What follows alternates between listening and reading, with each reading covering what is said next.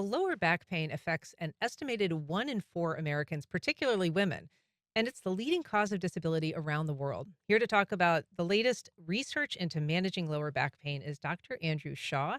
He's a neurosurgeon at Baptist Health. Welcome, Dr. Shaw. Thank you, Anne. Thanks for having me this morning. Thank you for being here. So why is back pain so common, and why is it so difficult to treat? Yeah, so back pain is so multifactorial. If you think about the causes of back pain, there's multiple moving parts in the spine. There's multiple joints called facets. There's multiple bones. There's ligaments. There's muscles. There's discs. There's nerves. So if you think about the multitude of just structures that could potentially cause pain, there are so many potential options for pain, and the identification of those pain generators is incredibly challenging. And there's, I guess, a lot of ways to injure all of those moving parts. Yeah, if you imagine as we age, it's like a wear and tear on your tires. You only get one set of these tires, and when you wear them out, you wear them out, and we accumulate that wear and tear as time goes on in life. Do you see particular causes? I mean, everybody associates things like yard work, with a back injury. Is there something that is a leading contributor to the kinds of back pains that you're dealing with surgically? So it's just living life. It turns out we're under gravity. When you live under gravity, we have stresses and weights on our bodies, and depending on how we live and how we act, we can exacerbate or cause progressive, more rapid degeneration of our spines. And as that degeneration accumulates, that's when we get those pains that show up. There are all kinds of ways that people address back pain. Some of it is through surgical solutions, and that's kind of what you offer. But I know that there has been some recent research into non surgical remedies for back pain, just recently published in the BMJ journal, Evidence Based Medicine, that it kind of looked through all of these trials and found that most non invasive treatments for back pain were not effective. And they were looking at everything from acupuncture to massage to muscle relaxants, acetaminophen, opioids, like kind of the gamut of treatments for non invasive solutions for back pain. And I was surprised to see how generally ineffective they were finding those. It's such a great question.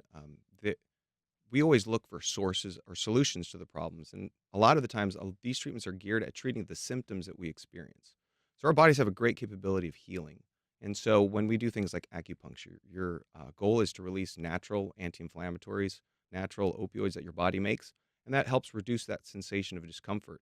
Medications like ibuprofen is intended to bring down inflammation. So if you have a muscle strain, ibuprofen is very helpful.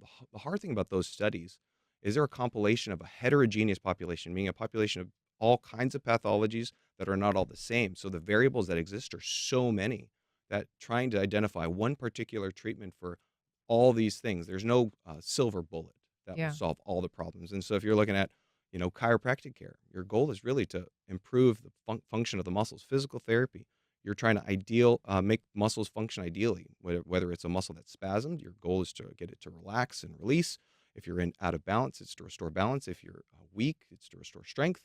And so, when they look at the gamut of these treatments, physical therapy is geared at making you more functional. And so, if it's more functional, and then you're able to, eliminate some of those sources of pain. If it's inflammation, things like injections are super helpful because if you think about an acutely herniated disc, a recent disc herniation where it's compressing a nerve, there's lots of inflammation. And by giving a shot of anti inflammatory steroid, you can really bring down a lot of the inflammation and then you get some time for your body to actually heal the disc. And if Mhm. you look at these discs, they do have an ability to heal themselves, especially ones that are brand new. And so if you give them, you mitigate some of the muscular symptoms, you eliminate some of the inflammatory symptoms and compression from those herniations, you can actually get a good amount of relief from some of these non-surgical treatments. And we should say you're gonna be hosting a panel discussion. It's actually here at WJCT Studios, and it's free.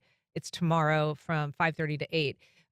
And people are welcome to bring questions to that event, and so I'm sure you'll be fielding a lot of them. But one I alluded to in the introduction, which is women seem to suffer lower back pain more than men. Do you know why that is?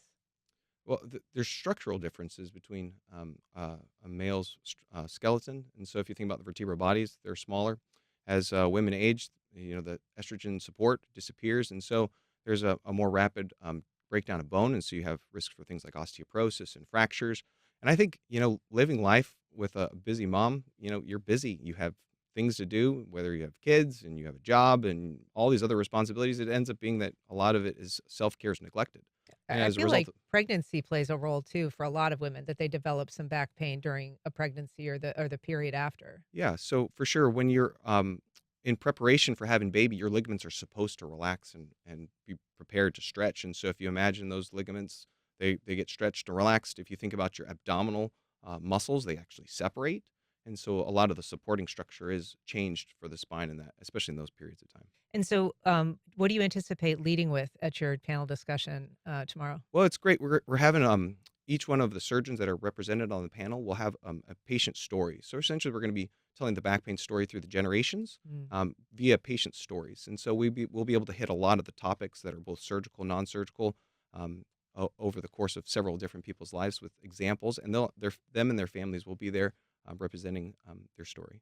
Well, if you're interested in getting a ticket to the free event, you can go to womensspinehealth.eventbrite.com. Dr. Andrew Shaw, thanks so much for being Thank here. you. Appreciate it.